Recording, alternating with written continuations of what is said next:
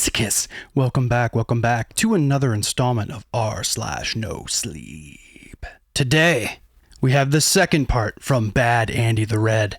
Title! I work for a strange logistics company and I wish I never found out what we were shipping. Part 2. Appreciate everybody still supporting. Appreciate all the subscribers.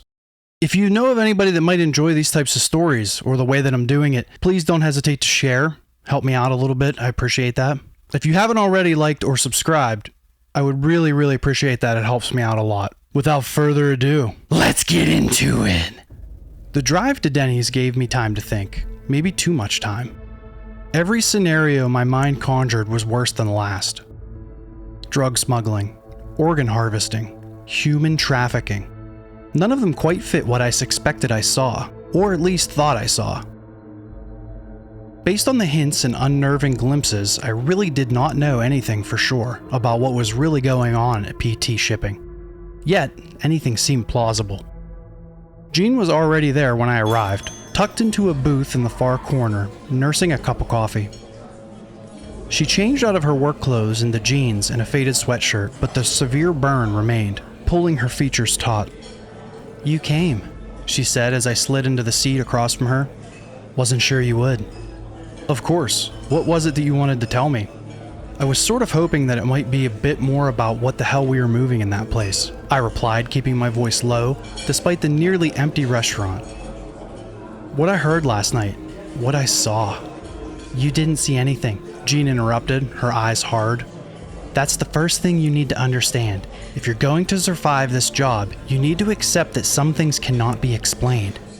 Or rather, should not be explained." The waitress approached, but Jean waved her away with a practiced gesture. The woman retreated without a word, as if she recognized something in Jean that warned against interruption. "I can't just pretend I didn't hear anything.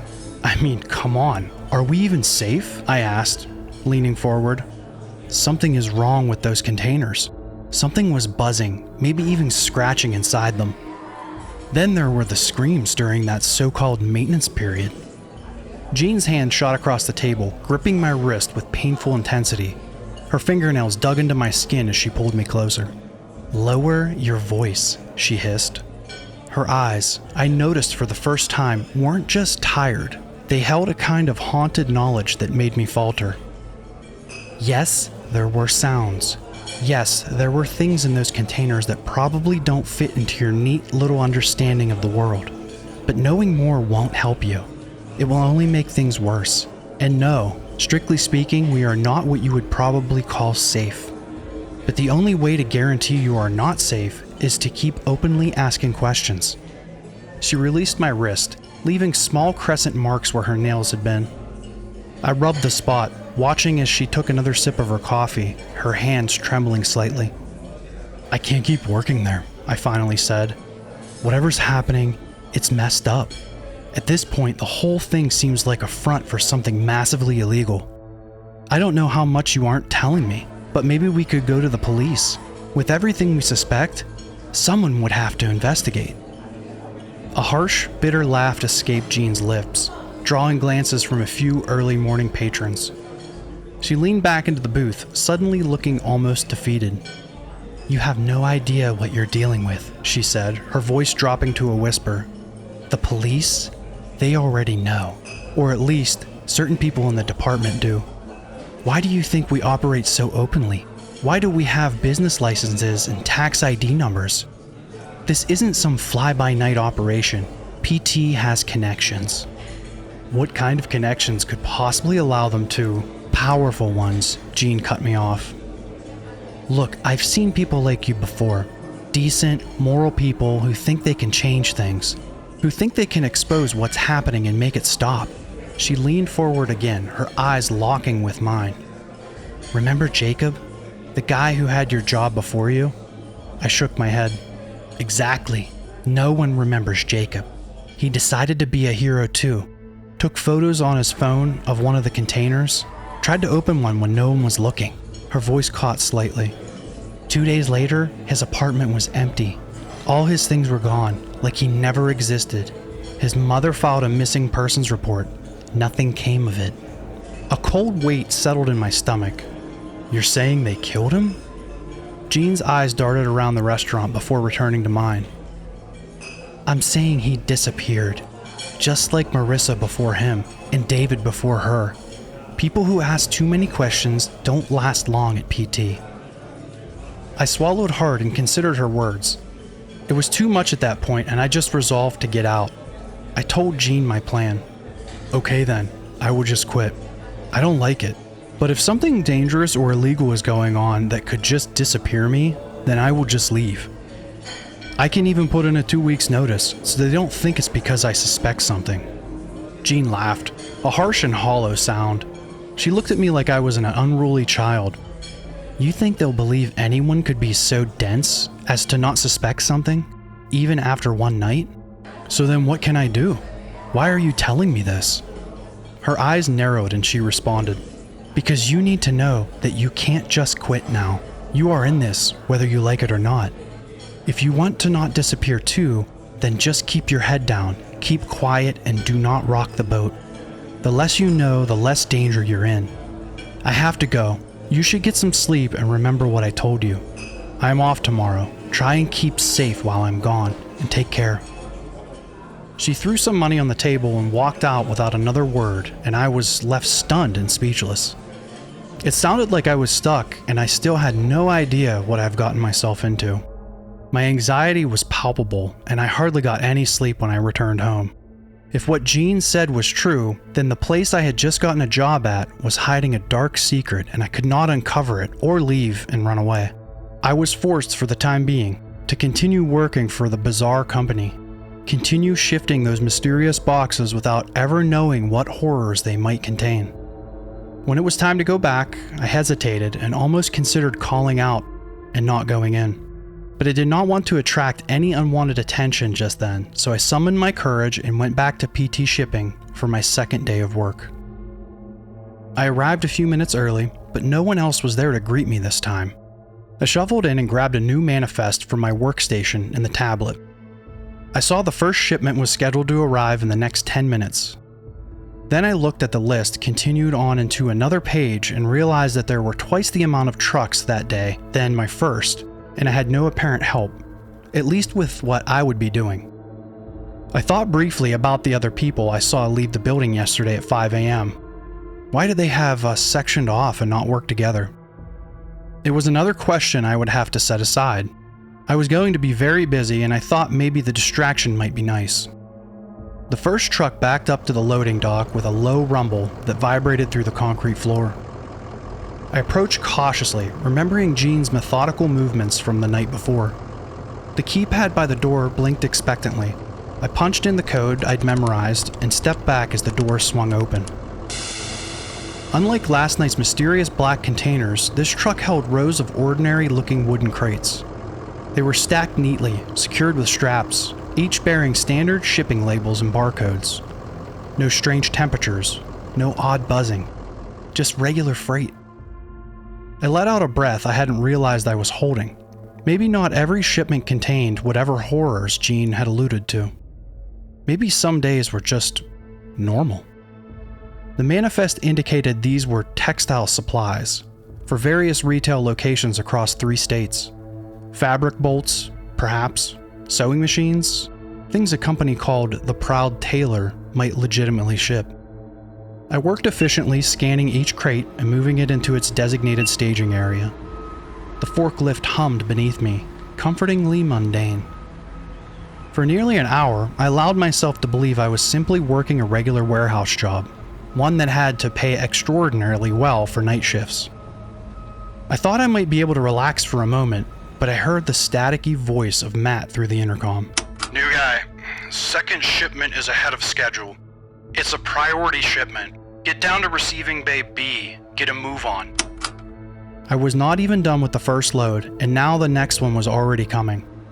I was starting to get stressed out that I was falling behind. I rushed to bay B, maneuvering the forklift hastily through the narrow aisles. As I rounded the final corner, I caught sight of the back of a sleek black truck, similar to the first one I'd seen last night. My heart immediately began to race, knowing what might be inside. Just as I approached the loading dock, the forklift sputtered. the engine making a high-pitched whining sound that I hadn't heard before. The control panel flickered, lights blinking erratically across the dashboard.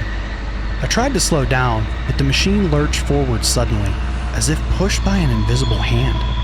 I yanked the steering wheel to the right, narrowly avoiding a stack of pallets. The forklift shuddered violently beneath me, the hydraulics screaming in protest. Then, without warning, the lift dropped, not smoothly as designed, but in a single catastrophic release. They slammed into the concrete floor with a deafening crash, sparks flying as metal scraped against concrete.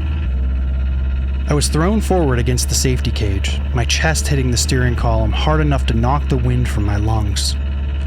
The forklift continued its chaotic movement, spinning in a half circle before the engine cut out completely, leaving me stranded in the middle of the bay. "What the hell are you doing?" Matt's voice boomed from somewhere behind me. I turned to see him storming across the warehouse floor, his face contorted with rage. I didn't. The forklift just... I stammered, still trying to catch my breath. Matt reached me in seconds, his withered face inches from mine. "Get off now." I scrambled down from the malfunctioning vehicle, my legs shaking. Matt circled the forklift, examining it with narrow eyes. He ran his hand along the control panel, then knelt to inspect the dropped forks. "This equipment was checked yesterday," he muttered, more to himself than to me. Then his gaze snapped back to my face, eyes cold and calculating.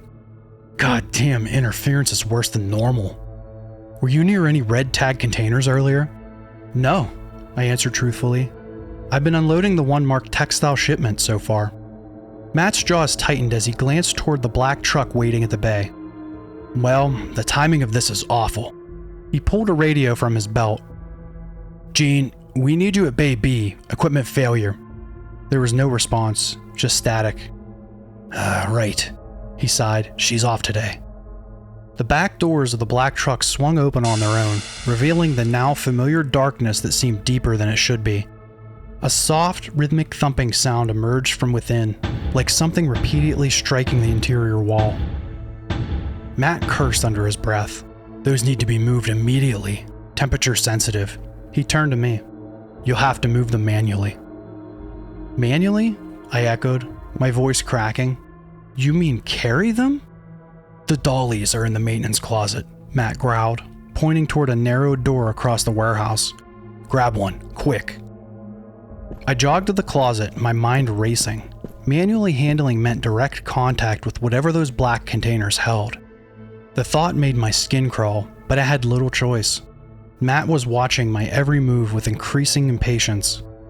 Inside the closet, I found several heavy-duty dollies designed for overweight freight.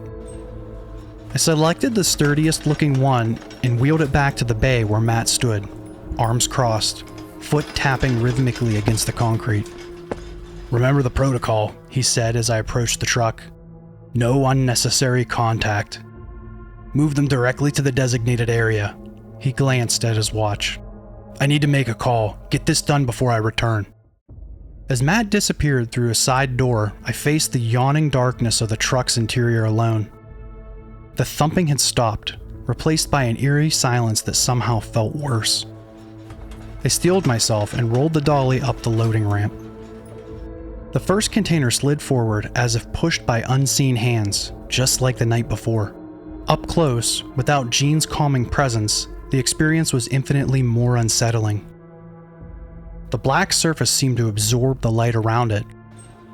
As I positioned the dolly beneath the one end, I could have sworn the container shifted slightly, adjusting on its own to maintain balance. It carefully tipped the container back, distributing its considerable weight across the dolly's frame. It was heavier than I expected, at least 300 pounds. As I began to pull it down the ramp, the vibration traveled up through the handles into my arms, a subtle, rhythmic tremor like a heartbeat.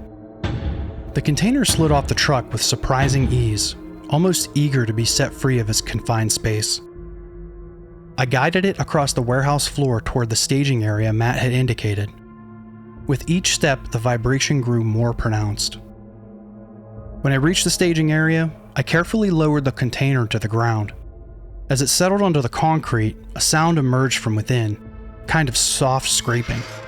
like fingernails dragging across the interior surface. I jumped back, nearly losing my grip on the dolly. The digital display on the container flickered. The temperature reading jumped from -10 degrees Celsius to -8 degrees Celsius, then back again. The scraping sound intensified for a moment, then abruptly stopped.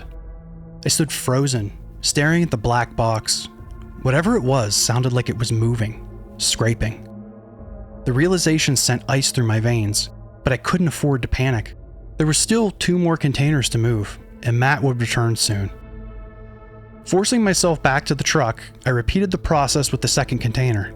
This one was even heavier, and as I maneuvered it down the ramp, a thin sheen of condensation formed on its surface, immediately turning to frost in the warehouse air. The temperature display read -15 degrees Celsius, colder than the first. As I positioned it next to the other container, both boxes seemed to shudder simultaneously, as if acknowledging each other's presence. The hair on my arms stood on end, and I couldn't shake the feeling that I was being watched, not by security cameras or by Matt, but by whatever was sealed in these mysterious shipments. I returned for the third and final container, my nerves fraying with each step. This one looked different from the others, slightly larger, with a faint red glow emanating from its temperature display. As I approached, a wave of dizziness washed over me, accompanied by a high-pitched ringing in my ears. The container slid forward, but unlike the others, it moved aggressively, nearly crushing me against the side of the truck. I stumbled backward, barely catching myself on the loading dock edge. "Careful," Matt said as he walked up behind me. He looked over my shoulder and saw the red glint of the item. Not sure why this one was not red tagged on the list. "Step out, please. I'm taking this one to the secure storage room. I need you to move all the other boxes to cold storage and hurry. I don't have anyone else to spare for the help at the moment, so just go as fast as you can." I nodded quickly and stepped aside, watching as Matt carefully maneuvered the red-labeled container onto a specialized cart. His movements were precise, almost reverent, as he secured it with straps I hadn't seen used on any other shipment. The container emitted a soft humming noise that made my teeth ache. "Don't fall behind," Matt called over his shoulder as he wheeled the mysterious box away. "And remember, no unnecessary contact." I returned to my task, moving the remaining containers to cold storage with mechanical efficiency. Each one seemed to react differently to being handled. One vibrated intensely while passing certain areas of the warehouse.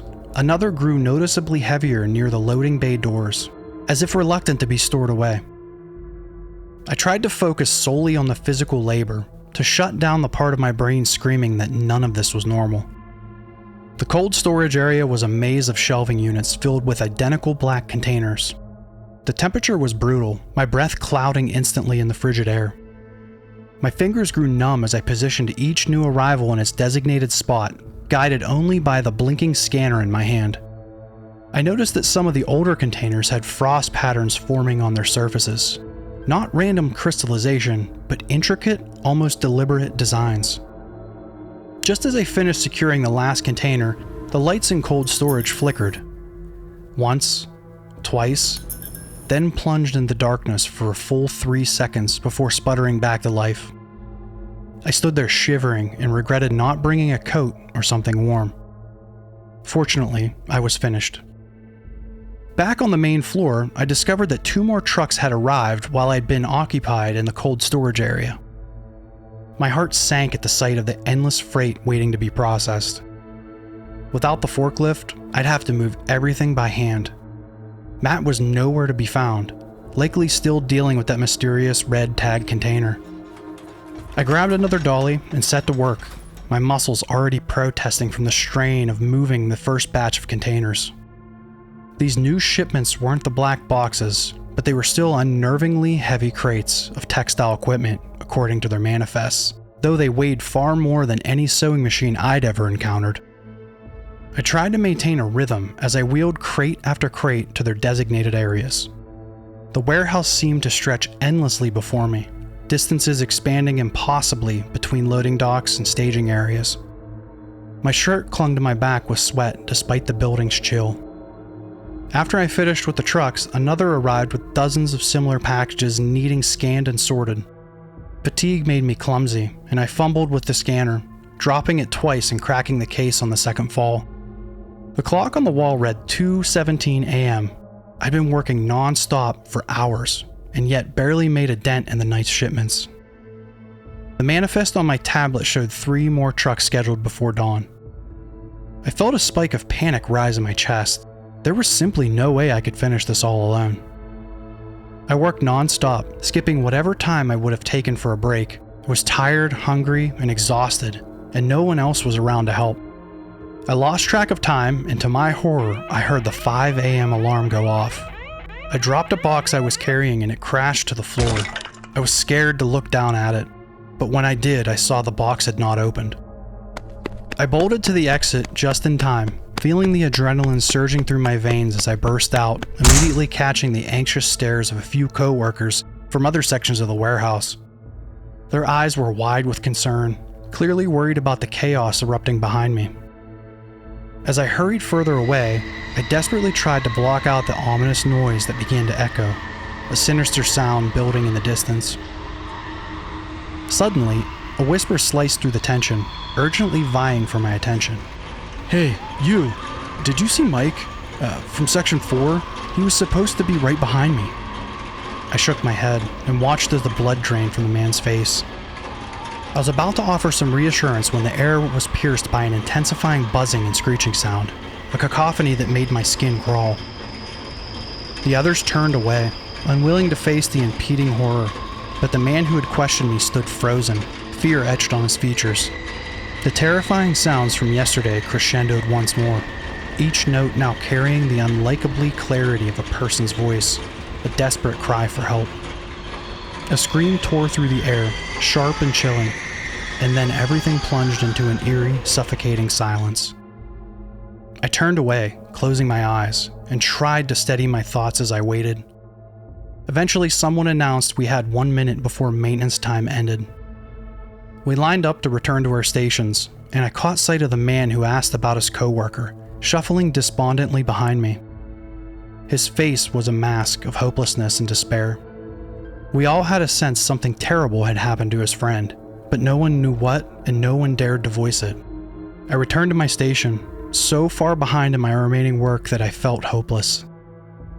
I toiled on mechanically, my mind a tumult of uncertainty and dread.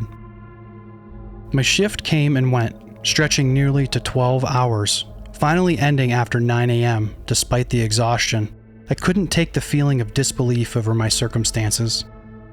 I staggered back to my car and drove home. My second day was over and I found myself wishing I could just ignore the reality of my situation. I went to sleep and tried to forget it all for the small portion of the day I had left before I had to go back for my 3rd day. Good second part, man. Really digging the story. Like the whole shipping scenario. Used to drive a fork truck around a lot, so I have a little bit of an attachment to that, I guess. I appreciate each and every one of you out there. Please like, please subscribe, please share. I am the Mid-Grade Masochist. Farewell.